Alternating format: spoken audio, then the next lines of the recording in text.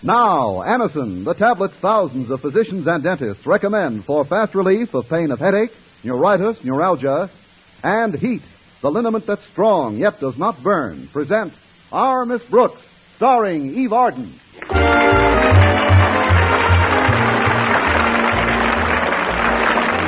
It's time once again for another comedy episode of Our Miss Brooks, transcribed. But first, may I make a suggestion that you will probably thank me for someday? It's simply this. The next time you suffer from headache, neuritis, or neuralgia pain, try Anacin. The reason we suggest this is because we feel sure you will be surprised at how incredibly fast Anacin gives you relief. Thousands of people who have tried Anacin say its action is truly astonishing. Anacin is like a doctor's prescription. That is, Anacin contains not just one, but a combination of medically proven active ingredients in easy-to-take tablet form. Thus, in taking Anacin, you are following sound principles. The next time you suffer pain from headache, neuritis, or neuralgia, don't wait for relief. Try Anacin. On this guarantee, if the first few Anacin tablets do not give you all the relief you want, as fast as you want it, return the unused portion and your money will be refunded. You can get Anacin at any drug counter in handy boxes of 12 and 30 tablets and economical family-size bottles of 50 and 100. I'll spell the name for you, Anacin.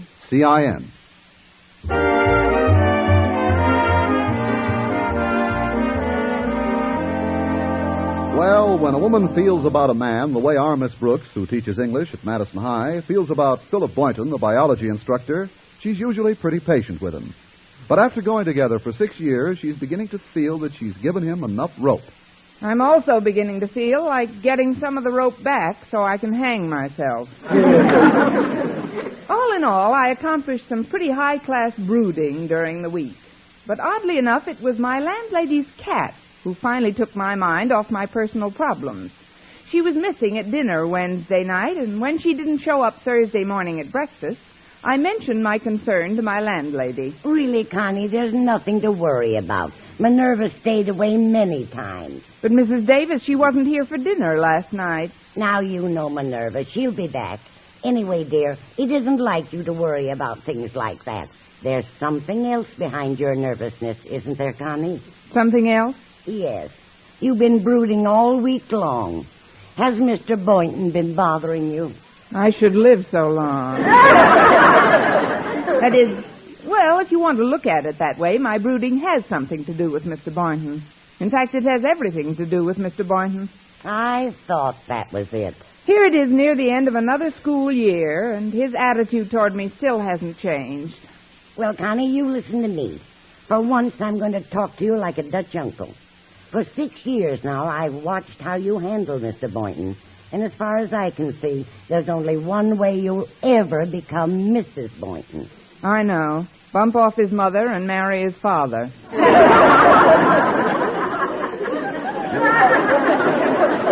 No, you've got to change completely. Change? Exactly. In all the time you've known Mr. Boynton, you've been completely independent. You've gone Dutch on dates, loaned him money. Why, you were as self-reliant as he was. And what's the result? You're a pal to him, a buddy, but never a woman. You mean he thinks of me as a playmate instead of a mate? Precisely. Now, there are several things you can do to make him think of you as a woman. Wouldn't it save time if I just showed him my birth certificate? I'm not kidding, Connie. A man likes to feel he's needed by a woman, that he's being depended upon. He enjoys being the big protector. You may have something there, Mrs. Davis. What do you suggest I do? Well, have you ever cried on his shoulder? Cried? I mean, really turned on both faucets? Well, no, I never... That's the greatest gimmick we women have.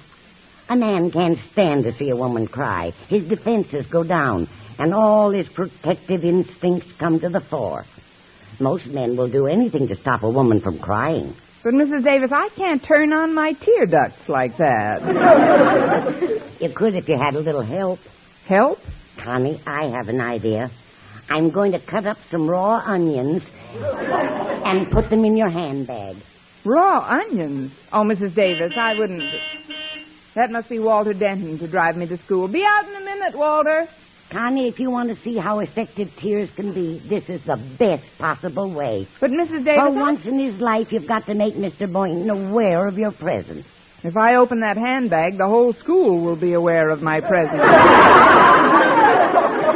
Come to think of it, though, it would be very interesting to see how Mr. Boynton reacts to tears. You'll be amazed, Connie. Now, I'll just take your handbag into the kitchen and be back in a minute. Where is it, dear? It's over on the sideboard. Oh, and Mrs. Davis, before I forget, please call me later in the day and let me know if Minerva shows up. All right, dear. My brother Victor promised to help me look for her today. I'm sure she'll turn up all right. Now then, is there anything else? Yes, if you do find Minerva, don't discuss what we're having for dinner in front of her. She might not show up for another 6 days.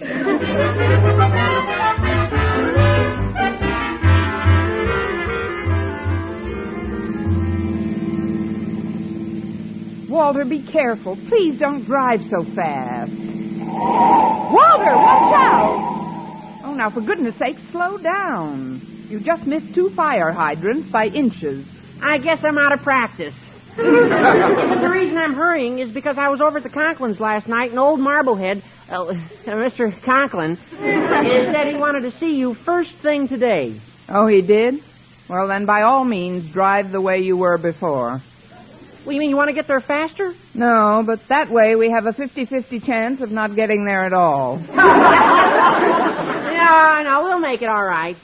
Oh, Miss Brooks, pardon me for mentioning it, but there's a slight smudge on your nose. A smudge? Yeah, I can't understand where it came from. Me either. After all, this car is only open on 5 sides. Let's see, I've got a handkerchief right here in my handbag. I did have one in here. Where did I put it? Well, Miss Brooks, what is it? What's what? You're crying. I've never seen you cry before. What is it, Miss Brooks? What happened? Nothing, Walter. Nothing at all. Well, then why are you crying? Oh, Miss Brooks, please don't. I can't stand to see one cry.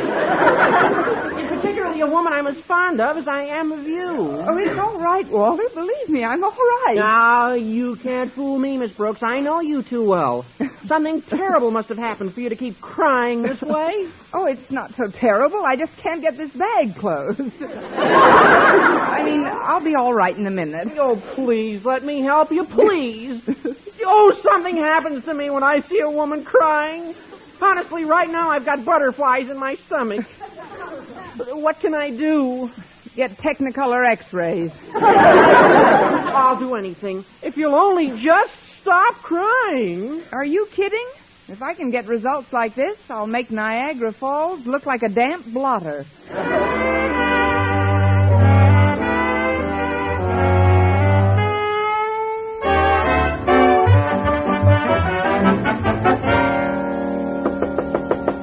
Who is it and what do you want? Miss Brooks, and not a thing. Bye. Come in, Miss Brooks. Did you want to see me, Mr. Conklin? I asked to see you, Miss Brooks. Believe me, there's a difference. Sit down, please, and I'll come straight to the point. Yes, sir. Miss Brooks, I have a little problem to pose to you. A problem, Mr. Conklin? Something that I'd like your advice on. You see, the PTA has asked me to make a speech tomorrow night, and speeches take time and preparation. Preparation that can't be accomplished during school hours. Therefore, an evening must be devoted to it. Follow me so far, Miss Brooks? Like a reluctant beagle. Yes, sir, I do. Well, since the speech must be prepared this evening, and since there's no one else to turn to, if you were me, what would you do? I'd sit down and write the speech myself. I accept your kind offer. Be over at my house at 9 sharp. But, sir, I meant that you should write it. I have an appointment with Mr. Boynton for tonight. Oh, you have? Well, naturally, you can't break a date at the last minute. Oh, I'm glad you see it that way, Mr. Conklin. Indeed I do, Miss Brooks.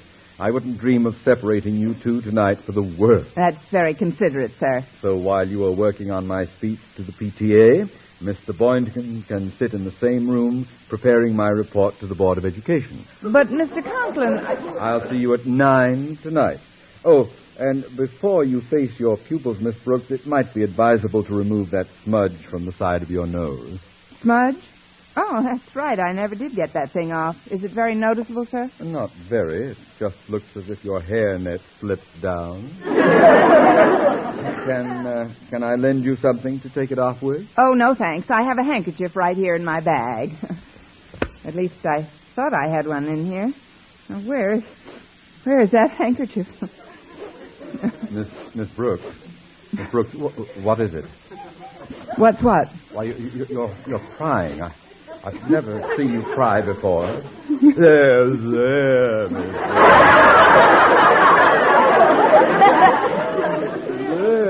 There. Where?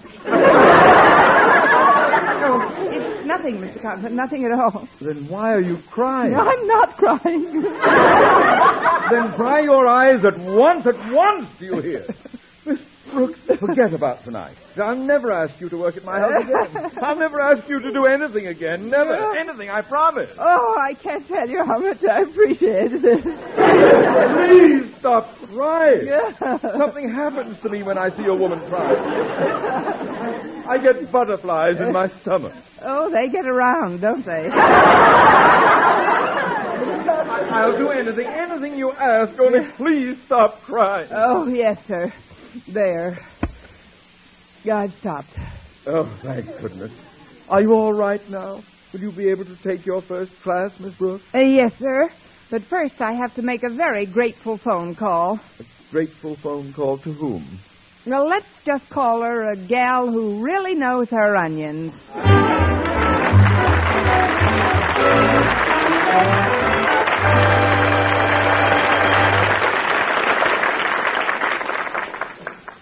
Friends, when agonizing pain of rheumatism, muscle strain, or backache makes you miserable and every move is a torment, that's the time to reach for HEAT. H-E-E-T. HEAT.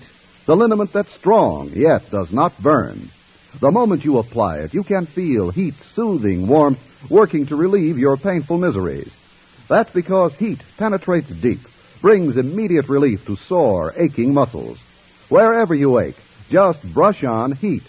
HEAT penetrates deep, keeps working for hours to bring wonderful, soothing comfort to the painful, aching area. Your pain seems to disappear. HEAT isn't oily, sticky, or messy. You just brush on HEAT with a handy applicator that comes with each bottle, and it dries in seconds. So remember, when pain of rheumatism, muscle strain, or backache makes you miserable, HEAT's penetrating warmth gives you fast, long-lasting relief. Get HEAT. H-E-E-T. HEAT, the liniment that penetrates deep to bring immediate relief.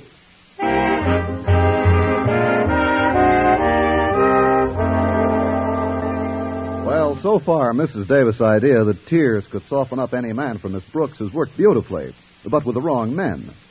Now, as Miss Brooks waits at a table in the school cafeteria for the big experiment, Mr. Boynton, her prize guinea pig, is deep in conversation with Walter Denton at the entrance to the cafeteria. So I thought you might know why Miss Brooks did all that crying this morning, Mr. Boynton. I haven't the slightest idea, Walter. What's more, I simply can't imagine Miss Brooks crying. No, I couldn't either until this morning. Well, I still can't believe it of her. I thought only women cried.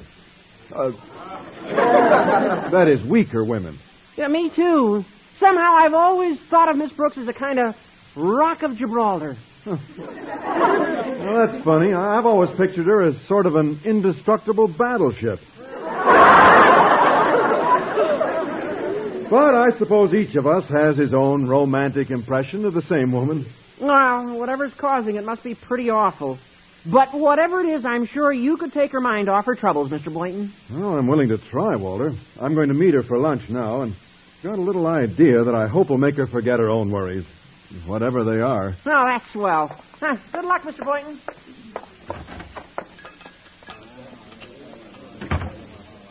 Oh, there we are. There who are? Oh, we. Yes, here I am. Please sit down, Mr. Boynton. Oh, thanks. Where's your lunch, Miss Brooks? Oh, I thought maybe you'd go and get both our lunches. Here, I'll just open my bag and give you the money.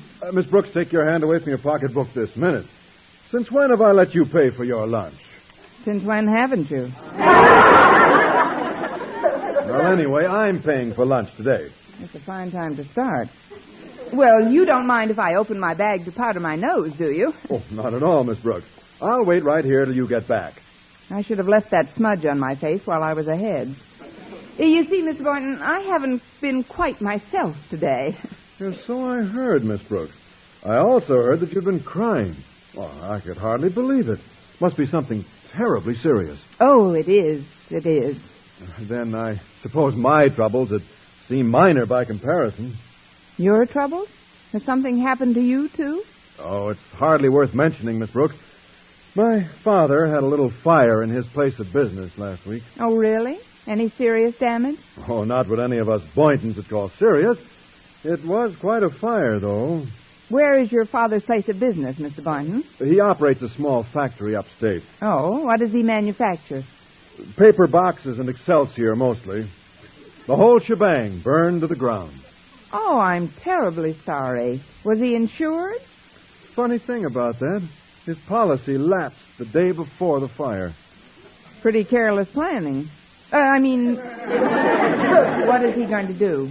Oh, he'll just borrow some money and build another plant, I guess. My brother will be able to help out as soon as his broken leg heals. Your brother has a broken leg?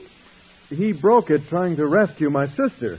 Got to her just in time. Oh, well, that's good. Yes, she should be coming out of shock any day now. Shock?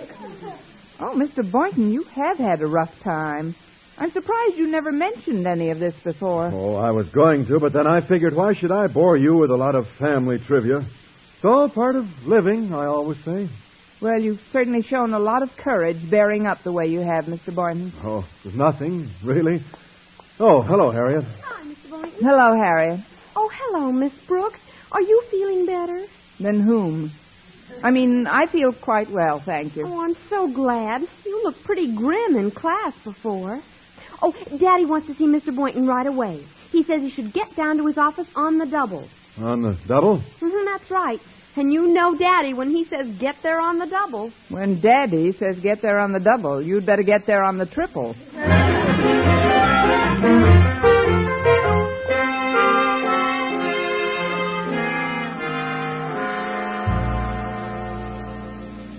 So, Mr. Boynton, you have no idea why Miss Brooks has been crying all day. Not the faintest, Mr. Conklin. I wouldn't have imagined it possible if I hadn't seen her do it right here in my office this morning. It's very unlike her, sir. Indeed it is.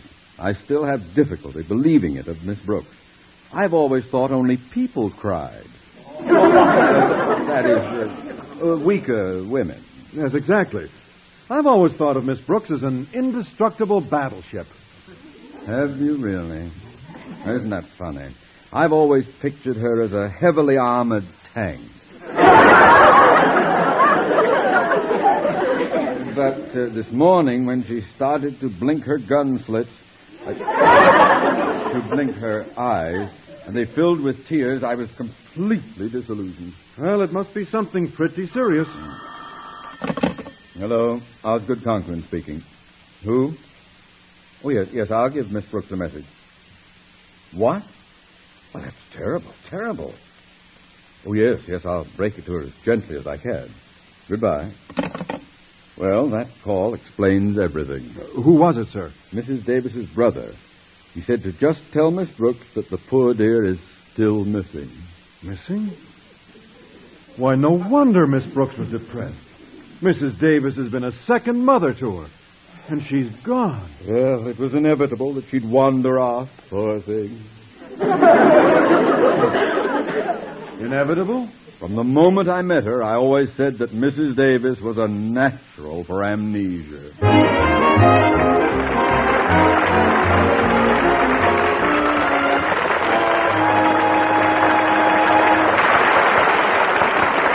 Our Miss Brooks will return in a moment.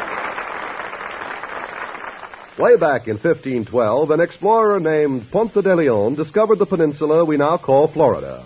Months and maybe years later, news of his discovery filtered back to the old country, full of distortions, legends, and wild reports. Communications was a pretty hit-and-miss affair in Ponce's day.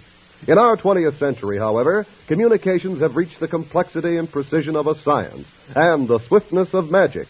When you listen to CBS Radio, your living room is on the news fronts of the world. Events reach you almost as they happen, and they're reported accurately, completely, and without bias.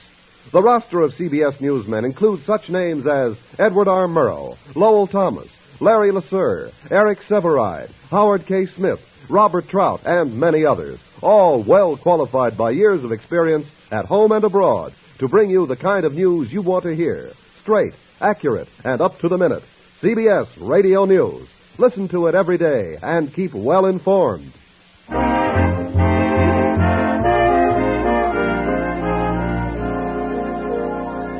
Well, so far today, a few tears plus a missing cat have resulted in a near-cause celeb for our Miss Brooks.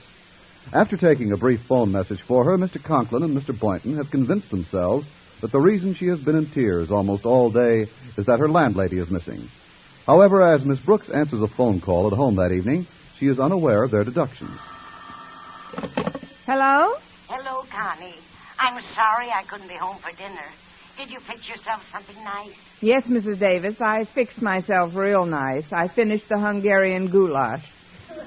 Did you find Minerva yet? Not yet, dear, but I'm certain she'll turn up. If not tonight, then certainly in time for breakfast tomorrow. She might at that, now that the goulash is gone. By the way, dear, did you get the message my brother Victor left at school for you? Yes, Mr. Conklin gave it to me. And oddly enough, he seemed even more disturbed about Minerva's disappearance than I am. Oh, isn't that nice?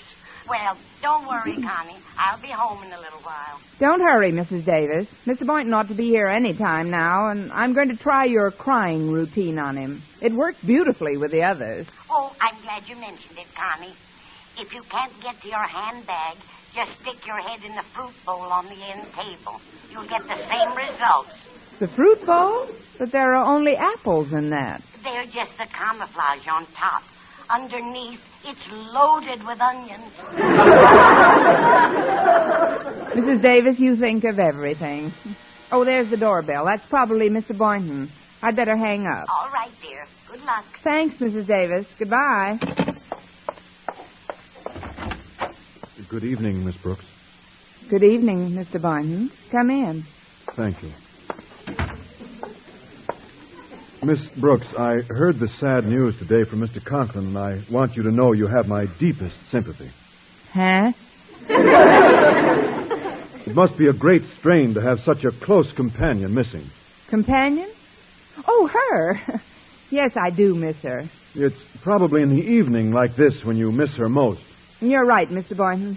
Only the night before last, I sat in this chair reading and stroking her back for hours. You did? Oh, you should have heard her purr. She always responded to affection. She was the affectionate type, all right. She certainly was. You don't know how many times a night she used to jump up on my lap and beg to be scratched.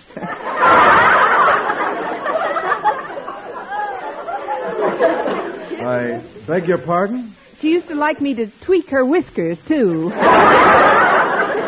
Well, really, Miss Brooks, I know you've got a keen sense of humor, but this seems hardly the time. Why not? Oh, I'm sure we'll find her. Well, I hope so. Oh, we always have in the past. Either lying asleep in some alley or out yowling on some fence. What? Well, I had no idea Mrs. Davis indulged. Mrs. Davis? I was talking about our cat, Minerva. But I thought Mrs. Davis was missing and that you were all alone. Alone? Oh, I am. She is. Mrs. Davis and her cat Minerva are missing together. They're inseparable, you know. Never do anything without the other. Oh, it's a tragedy, Mr. Boynton. A great tragedy. Oh, now, take it easy, Miss Brooks. Here, sit down on this chair. Let's take the couch. To think that now I'm all alone. All alone in the world. Hand me my bag, Mr. Boynton. Miss Brooks, you're not going to cry. Just hand me my bag, please. Thanks. Now, where is that handkerchief of mine? Oh, here it is. Here it is. Please, Miss Brooks, please don't cry. Oh, I'll be all right, Mr. Boynton. just that after all these years of wonderful companionship... Miss Brooks, please stop crying. I can't stand it. You can't? Don't, Miss Brooks. Please don't. I'm going to be all alone, Mr. Boynton. All alone. No, you won't, Miss Brooks. You'll always have me. You? Oh, Mr. Boynton. If Mrs. Davis doesn't return, I'll look after you. Oh. I've been thinking, Miss Brooks, why can't you and I... Well, why can't we? That's what I'd like to know. Go on, Mr. Boynton. Mr. Boynton?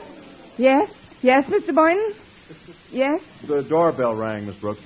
I know. It always does when I'm dreaming. Well, I'd better answer it, I guess. Mrs. Davis, what are you doing here? Oh, don't you remember? I live here. I'm sorry I had to ring, Connie, but I forgot my key. Oh, yes, your key. You seem nervous about something, dear. Did I get back too soon? Just about a week too soon, Mrs. Davis. What are you talking about, dear? I purposely hurried home to show you who I found. Minerva. I knew how concerned you were about her, but now she's found and all your worries are over. Except one. What's that? How can I lose her again? Mrs. Davis, you know that phone message your brother gave Mr. Conklin? Yes. Well, he misunderstood it, and now everyone thinks you're the one who's missing. Me? I told Mr. Boynton you and Minerva were both missing, and he was so touched he was about to propose. He must have been touched. That is, Who is it, Miss Brooks? It's just a policeman reporting on Mrs. Davis, Mr. Boynton. Policeman? You got nothing to worry about, Miss Brooks. We got the best men on the force looking for.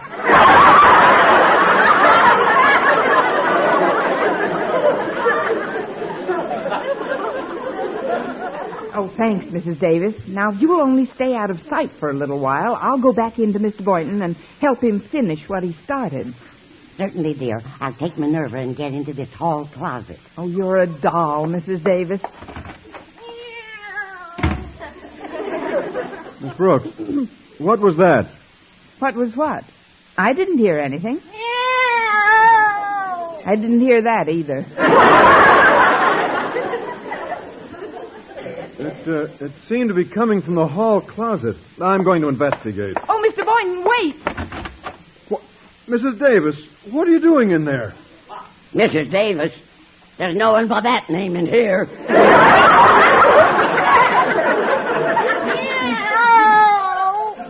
Minerva! There's no one by that name in there either. It's no use, Connie. I guess the jig is up. Miss Brooks, I think you owe me an explanation. You told me that... Miss Brooks, where are you going? I'm not sure yet. Just forward all my mail to the Missing Persons Bureau.